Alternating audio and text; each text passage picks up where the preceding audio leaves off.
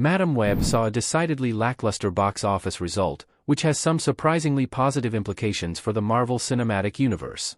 Madame Web released on February 14, 2024, and went on to earn less than $100 million worldwide due to its unpopular reception, making it one of the most unpopular live-action Spider-Man movies of all time.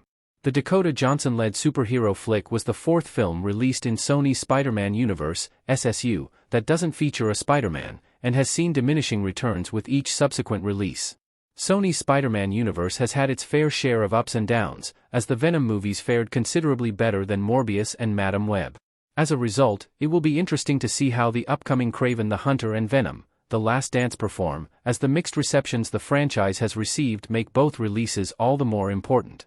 Despite the mixed bag of Sony releases, though, it's easy to rank Madame Web at the bottom of Sony's universe, though the negative response to the film has provided some helpful context for Marvel's other installments.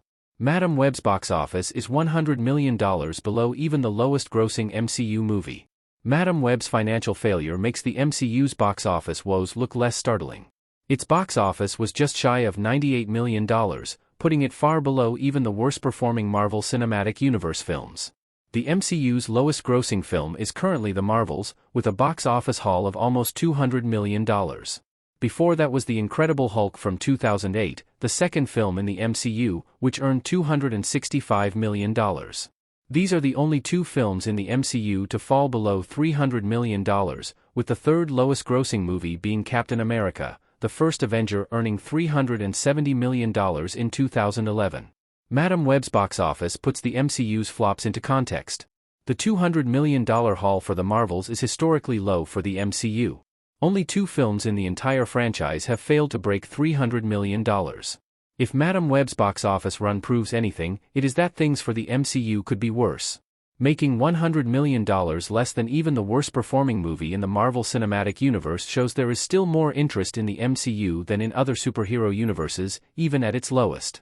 It also highlights how the MCU's budgets can be seen to create complications for the box offices of its releases. The typical rule of thumb for a movie to break even is 2.5x its budget.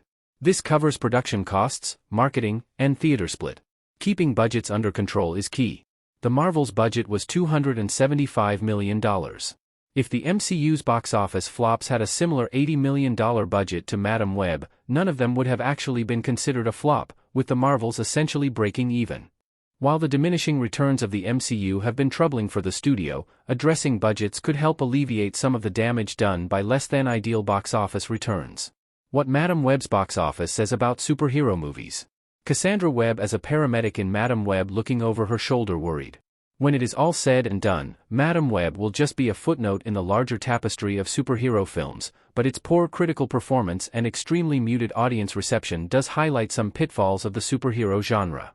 When the hype for a cinematic universe isn't the main factor anymore, there has to be some other draw, as it shows audiences aren't necessarily willing to watch any random character on screen anymore if it doesn't feed into the overall story. Studios need to be more diligent than ever with superhero films not being the surefire hit they seemed to be just a few years ago, and while there are a range of ways to approach this matter, the key appears to be focusing in on them. Madame Web had poor reviews and no draw in terms of comic book prestige or a strong cinematic universe to help elevate it at the box office. This exemplifies how the box office landscape has changed, underlining that audiences won't show up for the new superhero movie just because it's a new superhero movie. The Marvel Cinematic Universe isn't infallible. The Incredible Hulk in 2008 and a recent string of box office misfires capping off with the Marvels proved that. On the other hand, Madame Web showed things aren't as bad as they could be. However, it also provides a cautionary tale, as with the genre's box office performance seeing some diminishing returns in the past few years, the MCU's bloated budgets, heavier focus on relatively unknown characters, and fewer in-universe connections may all be especially worth addressing with Sony's own movie context in mind.